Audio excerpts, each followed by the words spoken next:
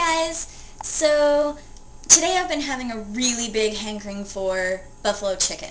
So I went out today after work and got some buffalo sauce, and I'm going to show you guys how I make my buffalo chicken.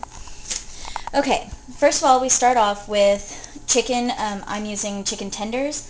There's about 5 or 6 of them there, I think. You want to make sure that they're fully thawed, and you always want to thaw them under cold water because otherwise you're going to get really gross bacteria growth, and nobody wants that. So I've thawed out my chicken, I've dried it off, and I've got my own little homemade recipe right there, which will be down in the description of the video below, so that way you guys can follow along. I don't use measurements because I just don't. I've got stuff you're going to need is you're going to need some like all-purpose flour. You're going to need buttermilk. You're going to need buffalo sauce, of course. You're going to want a little bit of salt, some oil. I've got bacon grease. And you're going to want a big bowl, a little bowl, and a little plate, frying pan, and some tongs. So, and then at the very end you're going to obviously want another bowl to put your chicken in and everything else. So, okay, let's get started. Okay, hopefully this is an okay angle for everyone. If not, well, I'll be picking it up and showing you guys as I go along, but until then, this is the only angle that I'm going to be able to show you guys. Okay, first of all, what you're going to want to do is you're going to want to put some flour in your first little plate here. You don't need a whole lot, just enough to really kind of coat your chicken strips first. Then you're going to want a little bit more, probably, I'm going to guess maybe about 1.5 cups. I don't know if you guys can see that, hopefully you can, but maybe about 1.5 cups because we don't want it too breaded. Also in that one you're going to want some salt, probably about, well, however you like it. I like mine pretty salty. And then just kind of mix that up together in on itself. Okay, then in your bowl, you're going to want some buttermilk. And that looks about, I don't know, maybe about 1/4 cup. Okay, so we've got our chicken, we've got our then flour, got our buttermilk, we've got our salted flour. Okay. Oh yeah, you're also going to want to put some bacon grease into your frying pan. So that way, and you're going to want to heat that up.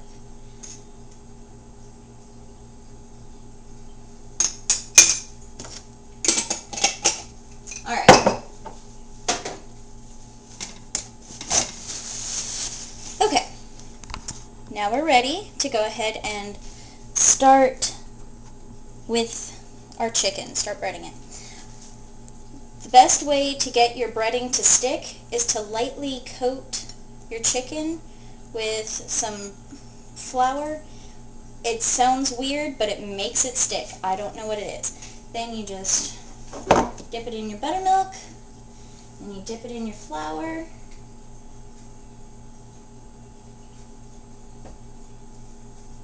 Just like that. And then, of course, I don't have my oven on, my stove on. And then you're going to want to put that in there. And you're going to go ahead and fry it up. And you're going to want to go ahead and do that with each one. Okay. Okay. So I've saved my last piece to show you guys how I do it. Kind of shake off your flour coating. And you put it over here into your hot oil. Be sure not to splash it around because one of the pieces that I did, I splashed and I caught it on fire. So don't do that. Let me turn off this fan. So you just want to make sure that it's cooked all the way through. These are my pieces over here. Some of them are not as pretty. The crust was falling apart a little bit. And some of them I got them a little overdone. But already they are looking really delicious. What I like to do with them is to just let them kind of fry for a little while on one side, And to make sure that I'm letting them fry long enough, I kind of watch my sides to see how well it's getting. Because you definitely don't want raw chicken, because that's going to be really disgusting, and nobody wants to eat pink chicken, because that's just gross. We're not animals here. Well, kind of, but anyways, so this looks like it's about ready to turn over. Careful when you're turning over too, because you definitely don't want it to splash up onto your skin or onto the burner or make your kitchen even a bigger mess, because there's nothing worse than cleaning up grease, which is what, I don't know if you guys can see that nice little grease shine that I've got going from where I splashed a little bit before. But this one seems to be going pretty good. To test the doneness of your chicken so that you don't lose the integrity of how pretty your pieces look, always cut along the side of your chicken on either side, and always check in the thickest part of your meat. So, because that's always going to take longer to cook. But I learned that from my sister while she was in school. You just kind of make a little incision to the middle of your chicken along the side, and it keeps it looking pretty for when you go to plate it. But since we're going to be drowning our chicken in the buffalo sauce, it's not really going to show up anyways. But I still like to do it just because it keeps me in practice of how to keep my, because presentation is, half the reason why I can eat. I don't look like that side is quite done enough to let that go a little bit longer. But anyways, these are my pieces over here. You can see that I kind of messed up a little bit on them in some places. And some of them are bigger than others. This one broke and all that kind of stuff. But I have them resting over here on a plate with paper towels to help soak up any of the excess grease, which is going to help in when we go to coat them with our buffalo sauce.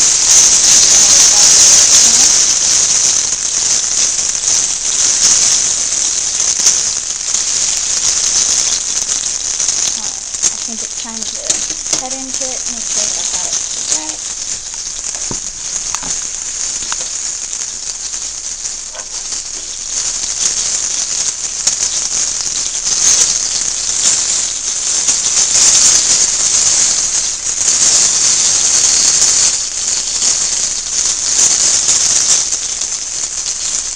Well, it looks like it could probably go for a little bit longer. Looks like it's maybe just almost ready, but not quite. So let that cook just a little while longer.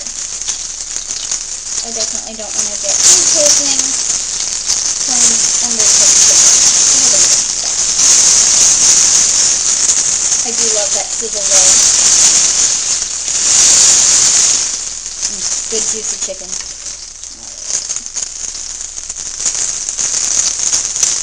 When you go to check it a second time, always go to the other side. Because of course that side that you already cut is going to be cut. And it looks like we may have some done chicken here, folks. Alright. Let that drip just a little bit. Set that over here. Alright. Now all we have to do is just let our meat cool so that it doesn't get us too hot and too burnt. Don't want to burn our little taste buds. Anyways, doesn't that look delicious? Oh my god, I can't wait. Okay, so while that is cooling, we're going to just go ahead and discard any of the extra flour and buttermilk and all that stuff, because you don't want stuff that's going to be contaminated from the raw chicken. So we're just going to go ahead and dump that out. No, that's not a wine bottle. That is Martinelli's. And so all of your other dishes and stuff that you've used, make sure you put them in the sink so that you can go ahead and wash them. That's where I was pouring out my burnt grease. But I always like to just clean up while I'm waiting for things to be done. That way there's less work for me to do later on. Alright, so now that our chicken is cool, it is time to make our sauce combination. I am using Moore's buffalo wing sauce, and and I was told by my boss today that it was the one that she uses, and she really likes it, so we're just going to go ahead, pour some of that into our bowl. And then I'm a wuss. I'm just now getting into spicy stuff. So I am going for some Hidden Valley Ranch dressing that I made. It's the Buttermilk Ranch. It's the homemade stuff. So I'll go ahead and pour some of that into there to kind of help cut the heat a bit. Alright, so now that we've got that in there, we're going to go ahead and dump our chicken in. Alright, go ahead and get a fork. Mix all this together.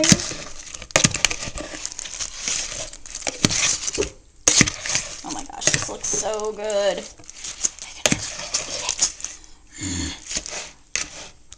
Alright, once that's completely drowned and ready to eat, go ahead and you can either eat it straight out of this bowl, which might make it a little less messy, and it will also decrease the amount of dishes that you have to clean after you're done eating. Or you can get a nice clean plate and plate it and make it look really pretty, which is what I think I'm going to do just for the purposes of this video. Otherwise, normally I would probably eat it out of that because I hate to do dishes, as I've probably already said. So I'm actually going to use a bowl, and what I'm going to do is go ahead and spoon these, fork these into my bowl. Oh my gosh, these look so good. I can hardly stand it. Oh, look at all the sauce on that one. Oh my gosh, I'm so excited. Alright. So my breading has come off. I think it's because I was so rough with them. Okay. So now we've got that going. Now you can either, you don't have to use ranch. I like ranch. I'm not a big blue dressing person or blue cheese person, but you can use blue cheese instead of ranch. You can use butter, or you don't have to add any kind of cream sauce to it, because if you're a big butch person and you've got no taste buds, you can probably handle it without the cream in it, but I need that. So, alright, I will leave you guys here. I'm going to go eat. Happy cooking. Bye.